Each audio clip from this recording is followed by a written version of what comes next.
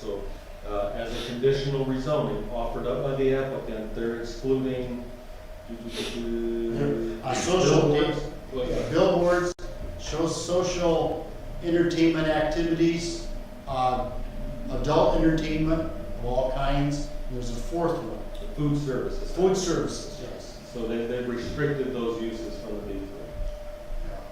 And also too, today on our desk, we have a letter from Troy Parmalee. He's the treasurer of Perry Township, and he lays out their position not to rezone this property.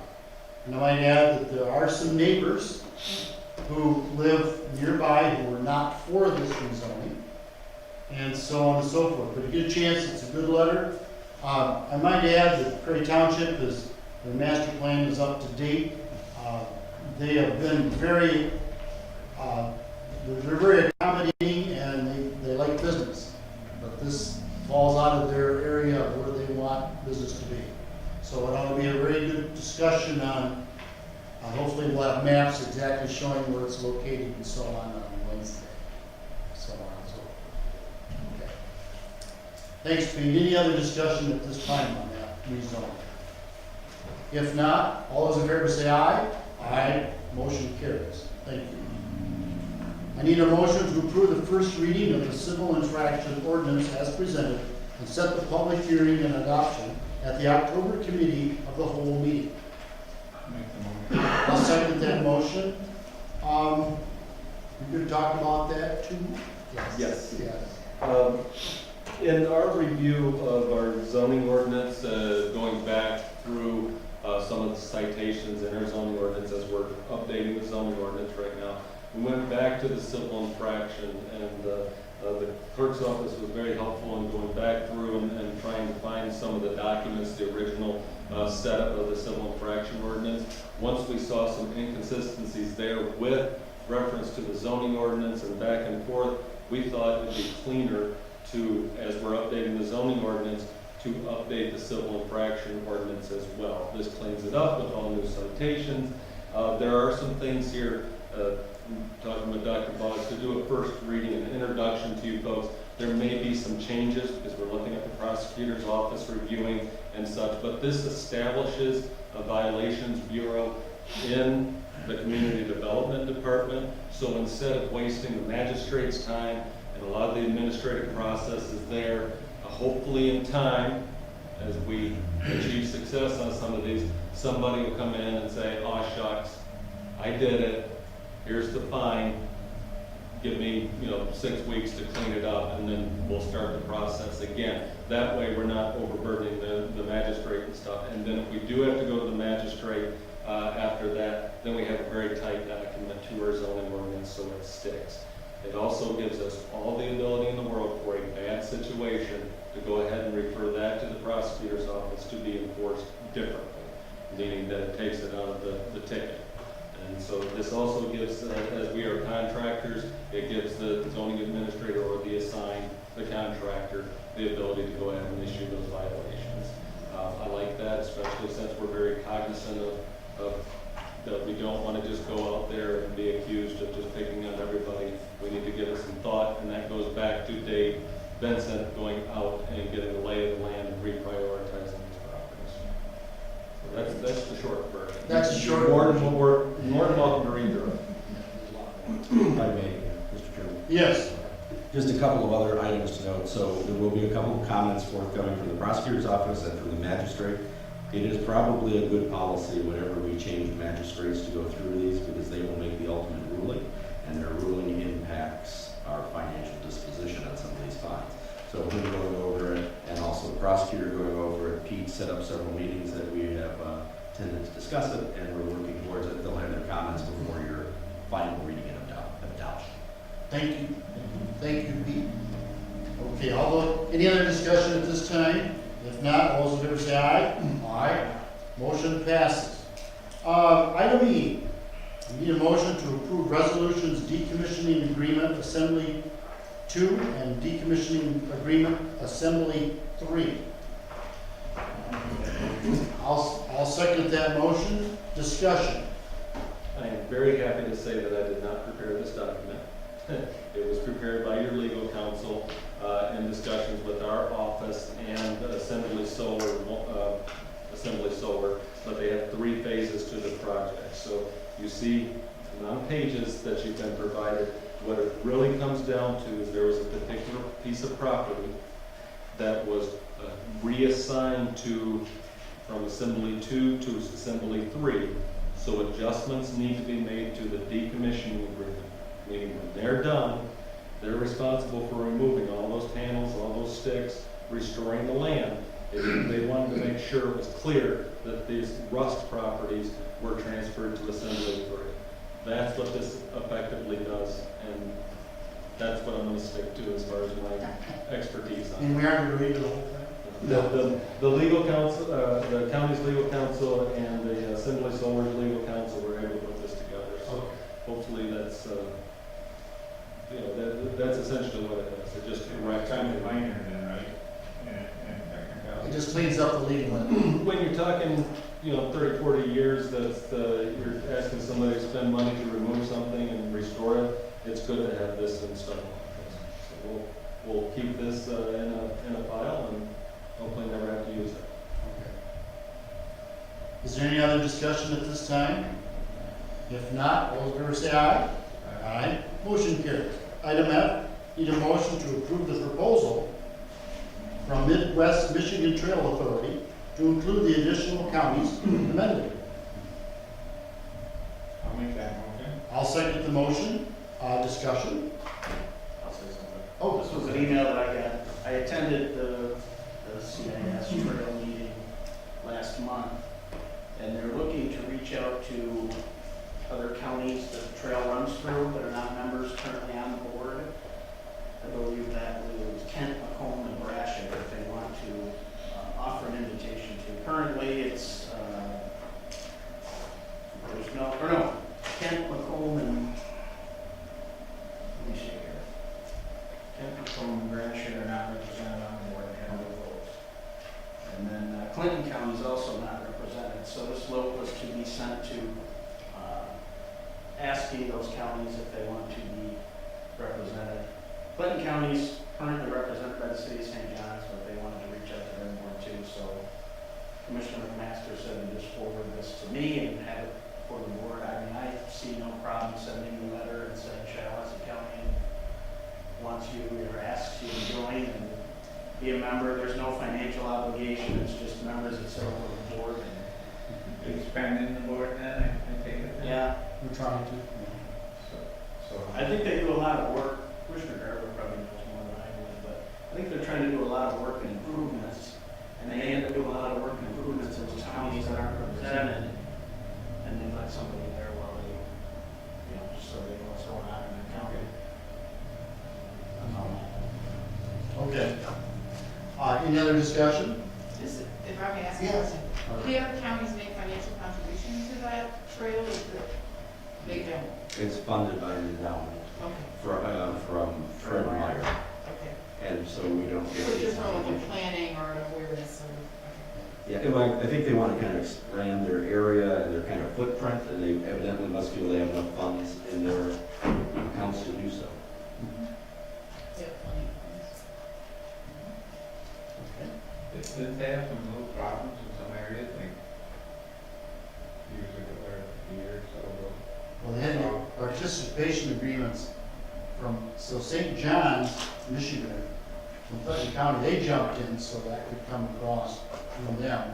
And Clinton County didn't want to, but the rest of us did, Shiawassee and Ionia and all those guys. So I think they want to expand the trails, so maybe they just, they want more representation where the trails are. Okay, thanks. Probably help with the maintenance too. Right now, our representative's from Cary area, and I think he said he does 100+ miles a day. He usually goes and there's a class you take where you gotta trim back the brush and make sure that it's away so far, and it can only be so high, and, for bikes and so he's currently the only one doing it, and I think after a while, 100+ miles a day that he drives. I mean, and he's a volunteer. I mean, they do help him out with his equipment a little bit, but for the most part, he's a volunteer. volunteers, so I think they're looking maybe to expand it to those counties having volunteers that can step up and take on some of those maintenance tasks. Any other discussion? If not, all those in favor say aye. Aye. Motion carries. Okay, at this time, one more time, to call to the public. Do we have anyone that would like to speak at this time? If not, meeting adjourned. Finance will start in a couple of minutes.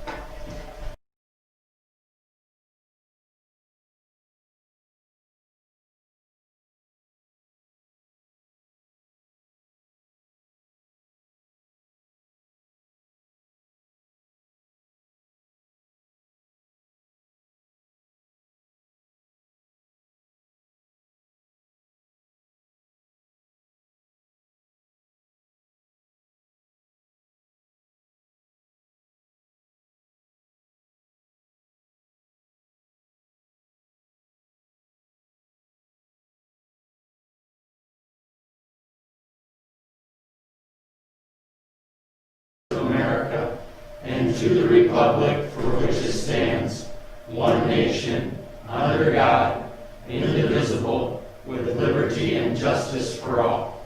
Thank you. At this time, is there anyone that would like to speak for public? We have several people here for several items on our agenda, and of course, we will take them up at that time. If not, Julie, we have a treasurer's monthly report. Okay, something new. In each of your packets, you've got a copy of our bank reconciliation. Morgan sent it on Friday. Yeah, I've seen it, yes. So, what the bank reconciliation is just agreeing the bank statement to the general ledger, verifying that all of the transactions are in the general ledger that are on the bank statement. As you could see from our report, we have a number of accounts. The grayed out accounts were reconciled and then have been closed or maybe combined. There were a number of delinquent tax accounts that we combined, so we didn't have quite so many. As you can see, there are a number of accounts. Most of them are reconciled through the end of August. The main general fund we are still working on, but that's through July, and it's narrowing down. The flex account, there's some issues with that we're working on. But other than that, they're coming along really nicely.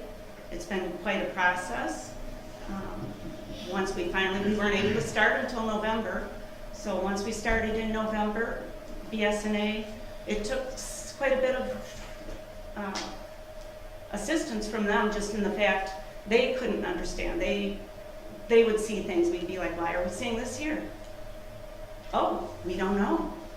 They would get back to us a few days later, a week later, whatever. And so it was a process getting going, but now that we've gotten it going, it's going along really well. I don't have any, I'm not sure how much you want me to report on. Our office is busy and things are going well.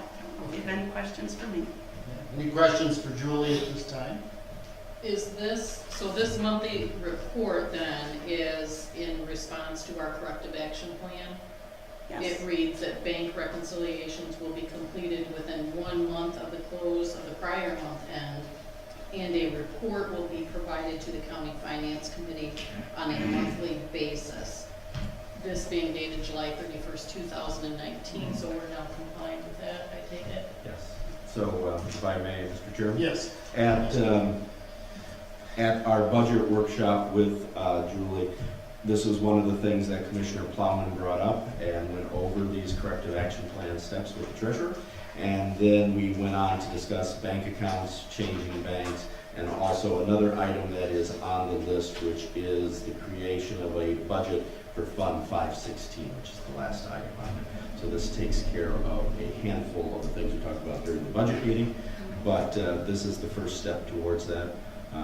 We'll work to make sure that this is more both. No, I appreciate it, better late than never, so. Okay. Anything else for Julie? I know that there's other things. Just on that list, as Dr. Boggs mentioned, is changing our general 43702 account from Vernon Chase Bank to TCF Bank here in Corona. I think it would be very beneficial to us, and we won't have that drive over there. They've got a good team, and they are next on the agenda, so Concur. Okay. Thank you, Julie. thank you. Item number 5, and that is on the next on the agenda. I need a motion to authorize the relocation of county funds to TCF, formerly Chemical Bank, and direct the county board chairman, county treasurer, and county clerk to execute all necessary documents to complete the transfer and setup of new accounts. Need a motion? I would make that motion. Motion by Cindy, Second. seconded by Brandon. Discussion. I'll start the discussion. During the last several weeks, during the budget hearings, not budget hearings, but budget time with the departments, we also had this subject come up, brought to us by the treasurer, that she would like to change banks. TCF came in, presented their program. We were happy with the program they presented, and we feel that they have a branch right here in Toronto, right next to right across the street, right between all the courthouses and all the county buildings, and that would certainly make it easier to deposit funds, have funds, and they have a whole staff that handles governmental accounts and governmental accounting. And that would be a big, big benefit, I think, to the Board of Commissioners, county offices, and especially our treasurer. So, anybody else like to comment? Would you like to ask any questions? I know they're here. Yes, sir. Yeah, you'd like to make some statements, you're welcome to. We just appreciate the opportunity to speak with, obviously, Julie and county commissioners about TCF Bank. And my role really is, just as John said, I am the municipal specialist. So what I do is I work with municipalities. From about 2005, I work with what's called the Municipal Banking Division. And I would partner with your local government contact, Sue, from the branch. And then Graham is our treasury management person who partners with me on relationships as well. And what we do is we just work with counties, number one, to make sure they have all the tools in place, obviously, to conduct their day-to-day cash business or their day-to-day banking transactions. So we just really appreciate the opportunity. Based on the proposal, obviously, we're gonna help you by giving you some additional interest and offsetting service charges. And we also have a copy in your packet as well. And just want to let you know how pleased we are that you're giving us this opportunity. Thank you. Any questions for me? Yes. I would just note when it comes to interest, currently, as things are at Chase, and interest rates are down right now because of COVID and everything else, we are paying to have our money there, as opposed to we will be receiving money for having our funds with this particular bank.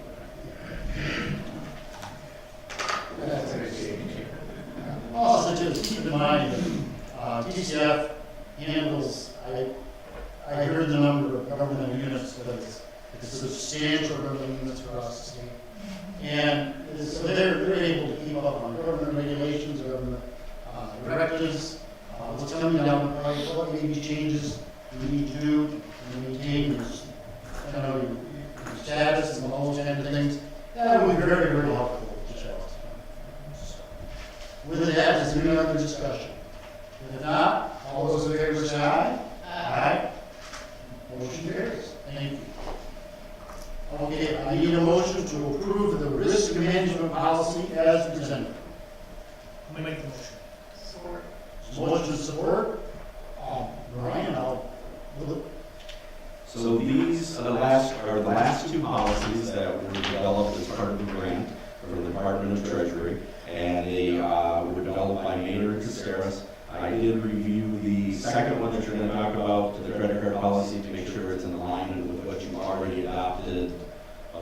3 months ago, we made a couple of changes. It is, and these are acceptable to the state as part of their requests.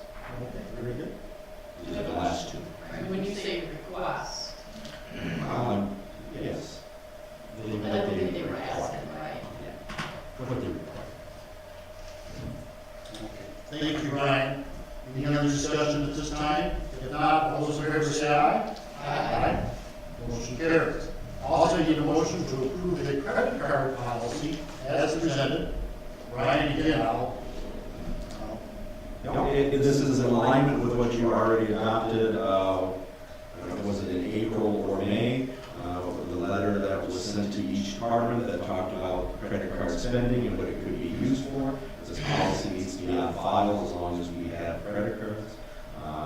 We should look at limiting the number in totality. And we did, this last month, Morgan set up Amazon accounts for direct billing, which should also limit the use of the credit cards that we are receiving with our orders and supplies. Move to approve the credit card policy as presented. there's a motion and a second. All those in favor say aye. Aye. Okay, motion carries. Thank you, we've been working on that. That's some time. Item number C, we need a motion to approve the resolution to abolish the elected surveyor and end the position as in 2024.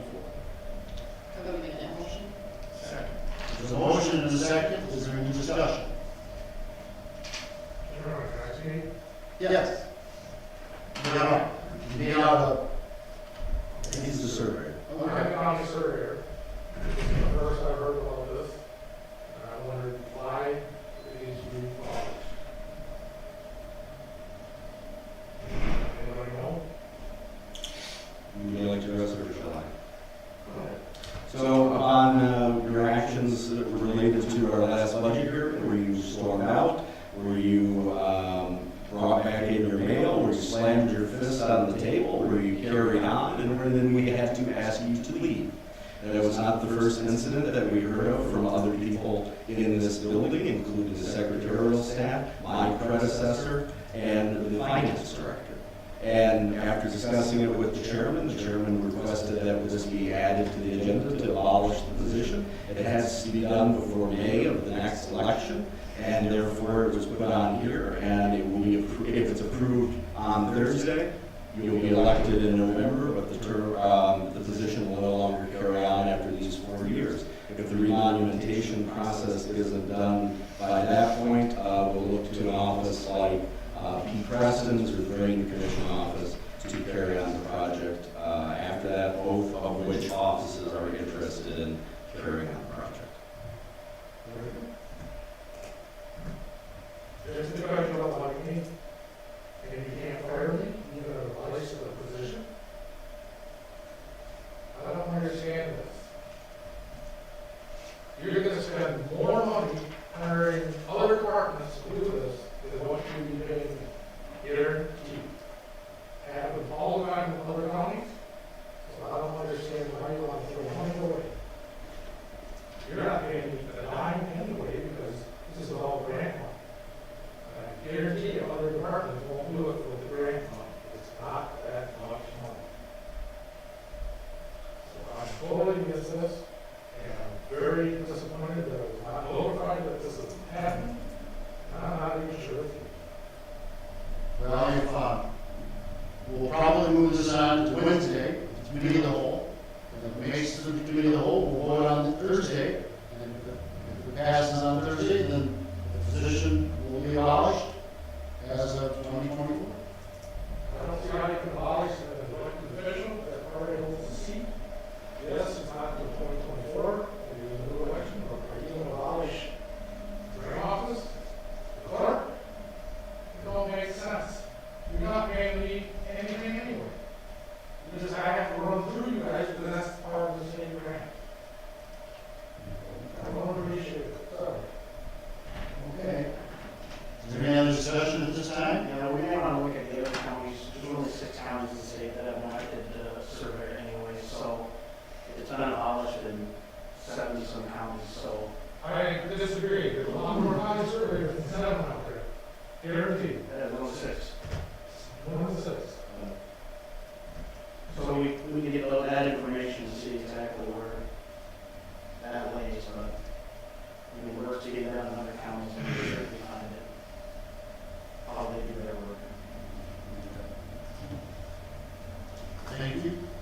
Any other discussion at this time?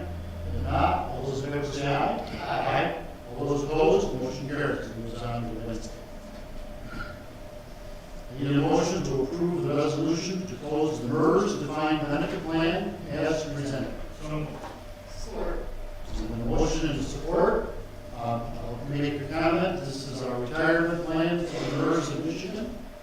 And we, after lengthy studies and lengthy discussions, we decided to end our MERS association, and then we will go with a new retirement. Doctor, would you like to comment? If I could, just a couple of things. Number one, this will not affect any employees that are currently participating in MERS. This will affect new hirees, which will begin on January 1.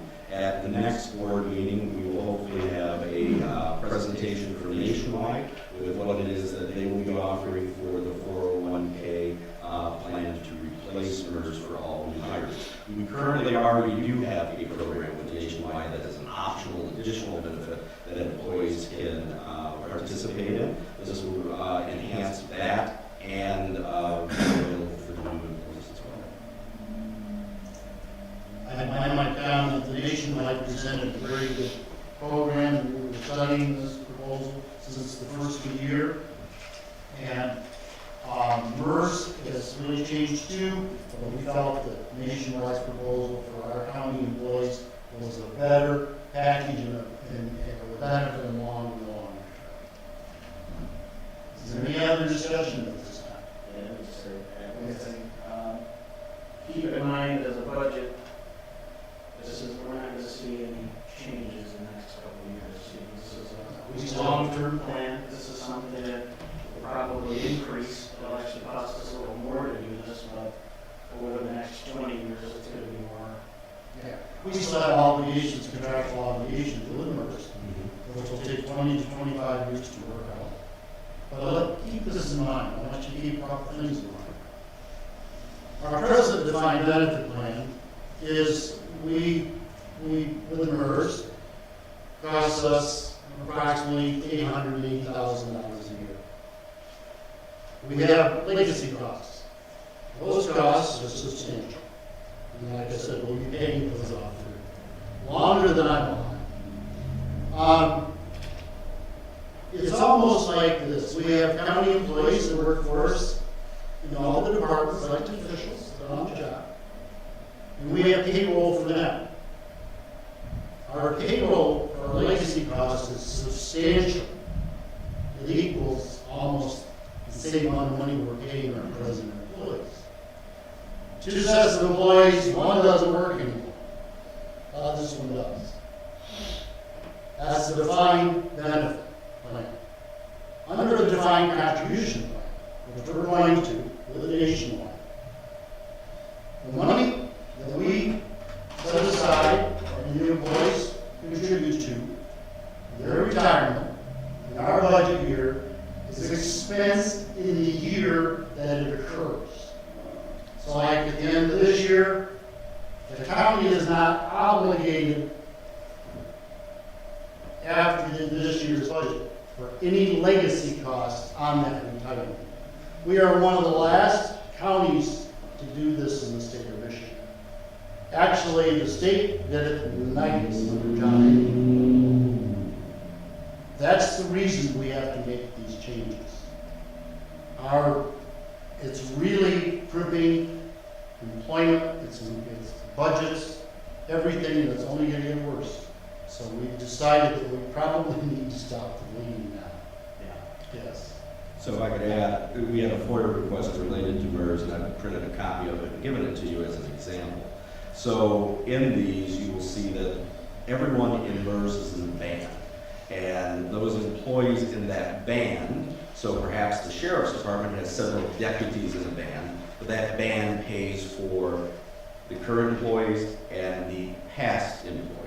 Some individuals, like the elected official, for example, the sheriff, which is listed there, and you see his MERS payment, that band pays for him and for his contribution in, plus the contribution for Braidwood, Wilson, Porter, LaJoy, Moyles, C. Porter, who I believe has passed away, and their survivor benefits.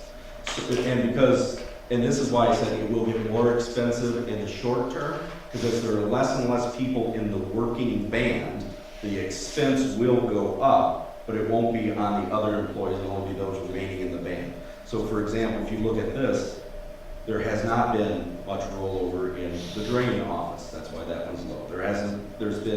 There's one person on retirement right now, or two people from the prosecutor's office.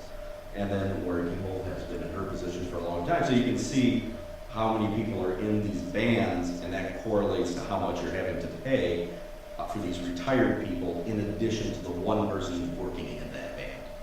And just to, just. Can I ask a question about Mr. Boggs? Dr. Boggs? So the people that we're offering a retirement buyout to, they're not going to be retirees that we're paying for here. And that's going to increase the cost that we're paying. Have we calculated whether what we're saving in what we're paying them versus what we're paying to MERS, we're still saving money? We will still be saving money because of the cost for the people in these bands. A couple of the bands will be closed completely. Okay. Because they are different, some of these people that are senior levels, especially in the police department, are part of multiple different contracts that have been grandfathered into the current one. So they will be part of groups that no longer exist anymore. And the people that they're replaced with, if we hit the right number, will be part of the plan. And so Commissioner Plowman and myself ran some of these numbers the other day, and if 4 retired and 2 were replaced, there'd still be a savings of 50%, I think. Yeah, 50% of what we contribute. But the MERS is going to go up. The MERS is going to go up a little, but the MERS payments are already going up $50,000 a month. So by the time they look at the illustrative averages again, it will be next year. And hopefully by then, some of it will have changed. But there will be some short-term rises in the MERS as they close. That's because there's going to be less and less people paid per employee as we move to something different. But our obligations will end for all the employees that aren't in MERS every fiscal year.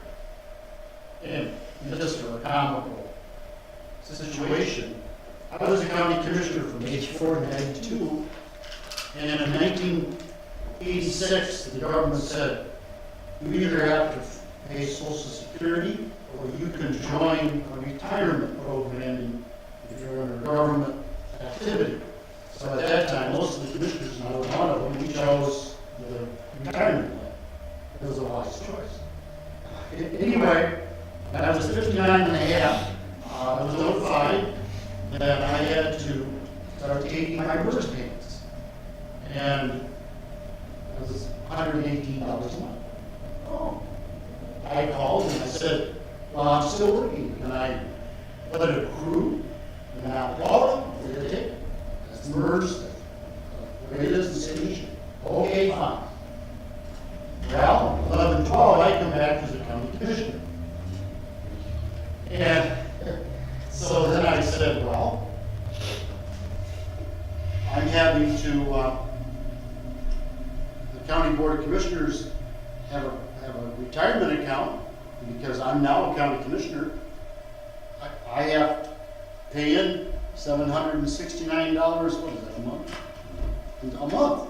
Well, I said, well, can I back out of my retirement, because I'm 71 and a half, and accrue bennies, because I've been a commissioner in 11, 12, 13, 14, 15, 16, 16, 19, 20. And they said, nope, but you gotta pay. Now, we're gonna discuss that with MERS, but that's one of those little hiccups that the county taxpayer has to pay for my retirement that was paid for in 84 to 92 and kept up. Again, because I'm a commissioner now. And I find that quite, and now my benefit, and of course this was in a lot of the contracts back then, it had a cost of living. So that 118 has grown to $147 a month. And if I'd been really wise back then, I'd have bought years we could do that. And again, that was a real burden to the taxpayer. I'm kind of glad I didn't, because I voted for that retirement plan, because it was told to me it was the cat's meow, and what did it cost us? Well, I came back and I know what it cost, and I'm helping correct that big, horrible mistake. So, anyway, what goes around comes around. So and actually, I'd like to make one more comment. A lot of commissioner bodies did tweak this plan. They did improve it. They did lower the factors. They did make groups not sign, the contracts back in the 80s and 90s that were horrible contracts for the taxpayer to pay. Those have all been rectified, but the legacy costs from the 60s till now was so huge. It's very, very difficult to catch up. Now remember, this new plan, it's probably, if you work for Shiawassee County for quite a time, it can really be beneficial. And under the old plan, you had just merge the old plan, you had to have 10 years vested. Now, I think it's 2 years or something. If you're here more than 2 years, whatever you've accrued in that plan, you get to take with you. It's portable. It's portable. And I was in business, and I had plans like that, and they were very, very good. So, that's a simplification of all the discussions that we've had in the studies. Again, I need to emphasize, there's been a lot of board of commissioners who did improve the MERS plan, but we just couldn't overcome the cost. So anyway, any other discussion at this Very time? quick comment. Yes. Just keep in mind for the rest of the board, if we do this at pass-up Thursday, which I think we're all planning on doing, that this is non-rep, so that we keep in mind that we need to not go soft on our unions when we negotiate in the fall, because to just shut our non-reps out of this when they're some of the lower paid anyways, that's going to make recruiting and retention 10 times harder. So all the other associations and the sheriff's office, we need to make sure we hit on that, and we don't let up, because we're setting the precedent now for our employees that are non-rep that don't have a choice. And I'm sure we'll hear about that next week, if not right now. Right now. I do have a question. Yes, I ma'am. understand that this retirement payments for elected officials was a response to FOIA. And I wonder, is it possible for that to just say something besides Brian Gold, so it doesn't look like 5,500? It could, but it's attached to the individual name in the MERS system. And so when it goes in, it says Brian So Gold. hopefully somebody doesn't misinterpret that. Yeah. That's Well, why the explanation they will. is down. They will. That's why the explanation is there, but yeah, that's how it goes up into the system, is everyone that's in that band, and the problem is there's one person in those bands. But you can 100% guarantee it will be misinterpreted and put all over social media, look what we think. Or commission. Yes, certainly. I'm kind of new to this. My name is Joe Ivera, and I'm the one who forwarded that request for the commissioners. And it's just my question, on that, what plan they're in, and I've been emailing Mr. Boggs and stuff about that. So just kind of coincidence, it just came up tonight on that. And I asked for everybody's information, not just the sheriff's department. Yeah. And stuff like that. So it was kind of weird that, you replied back as the sheriff's department that I thought, so. Well, there's the example. Well, the example, and I use the example as Carolyn Wilson, so I didn't know why Because that was the outlier. Okay. Cool. Thank you. Appreciate it. Yeah. Well, you got kind of a short answer to the whole. Yeah, that's good. Is there any other discussion at this time? If not, all those in favor say aye. Aye. All those opposed, the motion carries. Thank you. Item E. I need a motion to increase revenue in account 101-172-569.000 state grants other by $29,300 and increase expenses in the amount account 101-172-801.000 contractual services by $29,300. So moved. Support. There's been a motion and a support. Discussion. Brian. Just as a point, so the policies that you enacted, There were a couple of parts to a contract from the Treasury Department. This is the money that they have contributed to Shiawassee County to implement those changes that were in the corrective action plan. They had to be implemented and or on the agenda to be implemented by August 31st. So we have a debit and a credit to match the incoming amount of money that they are paying us, which is $29,300 for those policies and procedures that we consider us developed. Very good. Again, ongoing budgetary stuff. Any other discussion? If not, all those in favor say aye. Aye. Motion carries. Item F. I need a motion to approve Fund 516 budget as presented for 2020. So, support. Motion and support. Brian, you want to comment on anything? No, just that Julie, this is one of the funds, like the Drain Commission last month, that it did not have a budget adopted for it, but we should have a budget for it as part of our standard accounting practices to monitor cash flow in and out. And this one was missing. This was part of our budget meeting with the treasurer. Yep. Very good. Very good. Okay. Any other discussion? If not, all those in favor say aye. Aye. Motion carries. Item 5, call to the public. Is there anyone that would like to speak this time? Joe? Thank you. If you want to fill one of your sheets out, so we keep a log. of What people. sheets would? Right there by the, Sure. after you speak. Sure. Couple questions I have. According to, for the FOIA request that I did, I submitted 3 of them. A couple of them. What dictates the cost on when you do a research, if there is any cost? I'm just kind of curious, is there like a dollar figure, an hourly figure? Where does it cost, or is that just a number that's just pulled out? Well, it's a So law. Well, I know, it's a law, I know that, it's but, based on law, and Caroline, feel free to. yeah, speak I'm just up. curious what the rate goes It as. really depends. So for example, the one that you got on the MERS, I didn't charge you for it because it was a computer printout. There you go. Okay. That was it. Anything that requires actual work to go and find, like physical documents, etc., we generally charge according to law, it's the lowest person's time capable of being able to fulfill the request. Okay. Is that accurate? And what is that rate, do you know what that is? It depends on the department and the request. Okay. So for example, something in the courts would require someone in the clerk's office would require the lowest paid person capable of finding it. Something that has a specialized area, for example, a FOIA request related to the sheriff might be specifically the sheriff, or if it's related to HR, it would probably be the HR individual.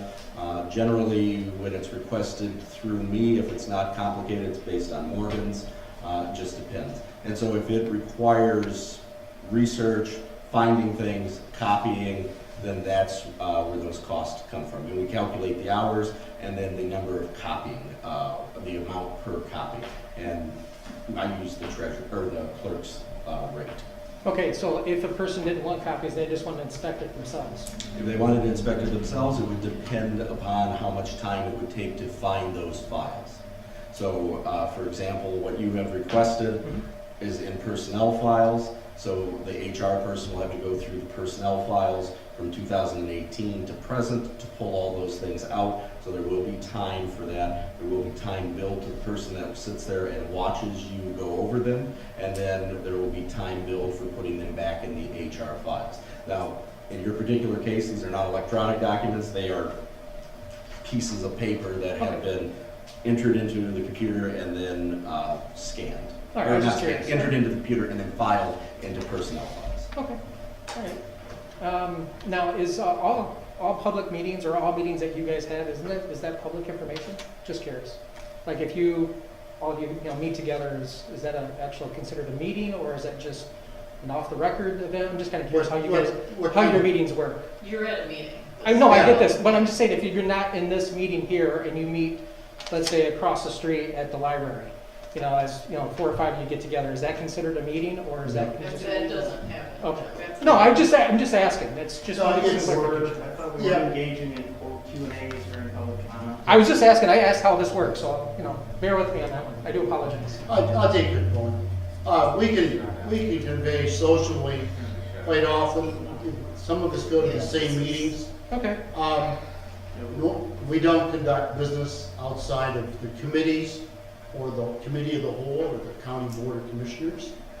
There's a lot of misinformation out there. If two of us went to the same wedding, is that a meeting? Well, no, I was just curious how you guys, No, no, it's the intent of what you're doing. Okay. Yeah. Thank you. Yeah. You're welcome. Any other public comments today? If not, meeting adjourned. Thank you.